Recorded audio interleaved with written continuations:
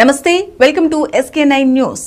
ఆంధ్రప్రదేశ్ రాష్ట్రంలో రాయలసీమ జిల్లాలకి జానపద కళలకి కొదవలేదు. ఎంతో మంది కళని కులవృత్తిగా చేసుకుని బతికే వాళ్ళు పురాతన కాలం నుంచే మన దగ్గర ఎన్నో కళాకృతులు, నృత్య రూపాలు ఉన్నాయి. మన చరిత్ర, సంస్కృతిని తరతరాలకి తెలిసేలా చేయడంలో ఈ కళలే కీలకం. అంతేకాదు, ఒక జాతి నిర్మాణానికి కూడా జానపద కళలే అవసరం. మన దగ్గర ఎంతో మంది కళా నైపుణ్యకులకు పుట్టినిల్లు రాయలసీమ.